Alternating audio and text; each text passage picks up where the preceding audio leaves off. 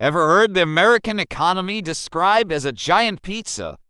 Well, imagine 10% of the people get to eat 90% of the slices, while the other 90% of us are left fighting over the crumbs. That's not an exaggeration.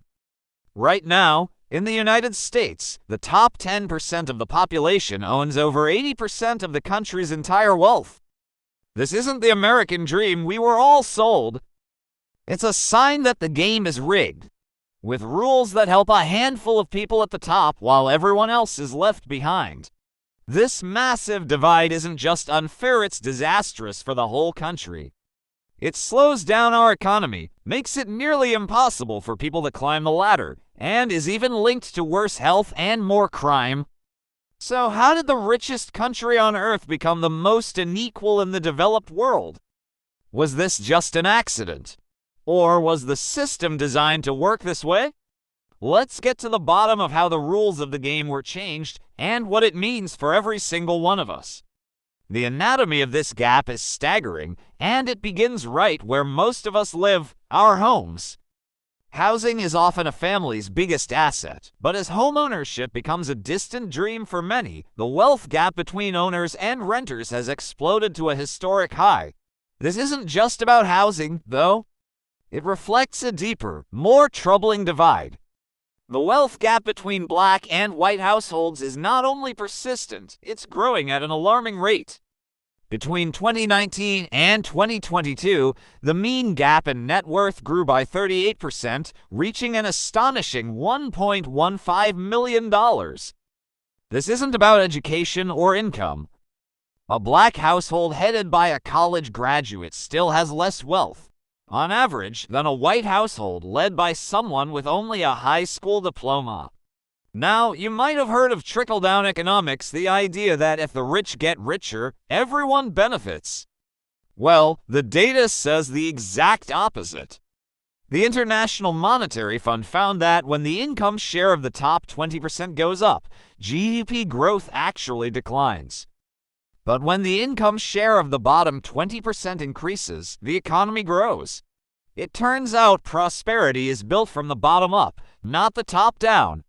This extreme inequality is a wrecking ball for our society. It damages social mobility, creating what economists call the Great Gatsby curve. Put simply, the more unequal a country is, the more a parent's income determines a child's future. It tears at our social fabric, leading to more stress, worse health outcomes, and even higher rates of violent crime. When a society celebrates success but blocks the path for so many, it creates a pressure cooker of desperation. So, how did we get here? It's a common myth that this is all just the natural result of globalization or technology. But that narrative crumbles under scrutiny. Countries exposed to the exact same global forces have vastly different levels of inequality. The U.S. is a massive outlier, and that points to one thing: political choices. Starting in the 1980s, a new philosophy took hold. A primary driver was a decades-long assault on progressive taxation. The top income tax rates were slashed dramatically, based on the promise that it would supercharge the economy. It didn't. What it did do was supercharge the incomes of those already at the top. This created powerful incentives for CEOs to demand massive pay packages, blowing the CEO-to-worker pay gap up to over 300 to 1, merely 10 times what it was in 1980. At the same time, the power of everyday workers was systematically dismantled. The decline of unions, which historically helped ensure fair wages and put a check on executive pay, accounts for up to a third of the rise in income inequality. These policies created a powerful wealth snowball effect. Wealth begets more wealth. For homeowners, a house is an asset that grows. For renters, rising rent is a drain on income that could have gone to savings. This effect is magnified across generations. Gifts and inheritances provide a head start that many people simply don't have. Today, more than a third of young homebuyers plan to use a cash gift from family to make their down payment. This means the wealth gap of today is already fueling the wealth gap of tomorrow. The sheer scale of this disparity is something most people have no clue about.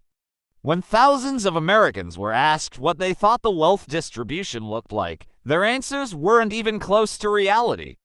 Here's the truth. The top 20% of Americans own over 80% of the nation's total wealth. The bottom 40%? They barely even register on the chart. This isn't an accident. It's a system by design. But if policy choices created this problem, different policy choices can solve it. This isn't about tearing things down, it's about building a fairer, more efficient economy for everyone. History shows us that when the government acts, it works. Social Security and Medicare are perfect examples. They prevent the poverty rate among the elderly from jumping from 10% to 40%. So what's the blueprint? It starts with our tax system.